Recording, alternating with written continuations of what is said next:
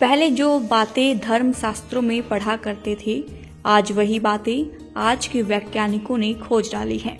इसका मतलब तो यही हुआ कि जो हजारों साल लिखी पुस्तक में लिखा था, वह सिर्फ धर्म के नजरिए से नहीं, बल्कि वह हमारा शरीर, स्वास्थ्य और प्रसन्नचित्त रह सके इसलिए लिखा था।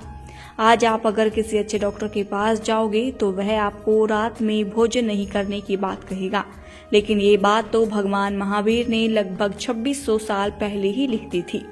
हमारे शास्त्र कहते हैं कि इष्ट के वियोग में और अनिष्ट के संयोग में समता रखो, पर रखें कैसे? जब हमारी सोच ही सकारात्मक नहीं होगी तो समता कहाँ से आएगी?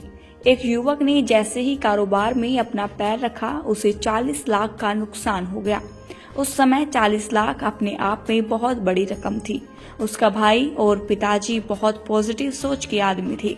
एक दिन बड़ा भाई अपने गुरु महाराज के पास पहुंचा और कहा, महाराज, हमें इस बात का कोई दुख नहीं है कि छोटे ने 40 लाख का नुकसान कर दिया, लेकिन इस बात का दुख है कि नुकसान करने के बाद वह हिम्मत हार बैठा है। कृपया आप उसे थोड़ा मोटिवेशन करें और जिससे वो आगे बढ़ सके। सकारात्मक सोच का उदाहरण है, विपत्ति जीवन में जब भी आए तो आप थोड़ा धैर्य रखें। हम विपत्ति का मुकाबला धैर्य से कर सकते हैं। टोल्स्टॉय ने कहा है, धैर्य हर समस्या का समाधान है। अगर तुम्हारे मन में धैर्य है तो तुम सब काम कर सकते हो। एक युवक ने पूछा, क्या धैर्य के बल पर छलनी में पानी ठहराया जा सकता है? टोल्स्टॉय ने कहा, अवश्य, बशर्ते पानी से बर्फ बनने तक का धैर्य तुम्हारे पास है। पर हमारे पास धैर्य ही तो नहीं है।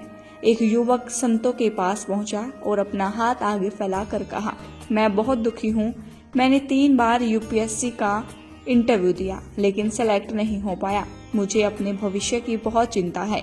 संत ने पूछा, यूपीएससी के कितने बच्चे तैयारी कर रहे हैं? युवक ने कहा, लाखों। संत ने पूछा, पास कितने होते हैं? युवक ने कहा, हजारों।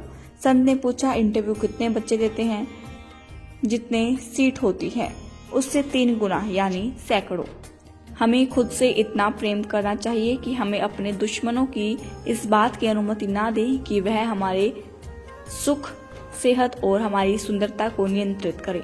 जैसे कि शेक्सपियर ने कहा था, अपने दुश्मन के लिए नफरत की भट्टी को इतनी तेज मत करो कि आप खुद ही उसमें जल जाओ।